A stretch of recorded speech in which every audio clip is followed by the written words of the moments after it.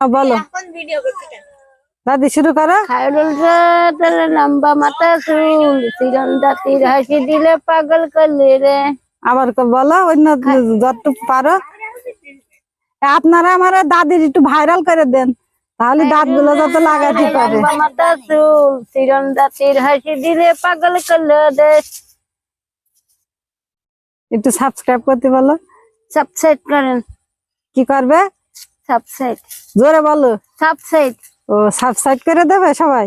আপনারা সবাই একটু সাবস্ক্রাইব করে দেবেন। তো গান বলো শুনি দিনে।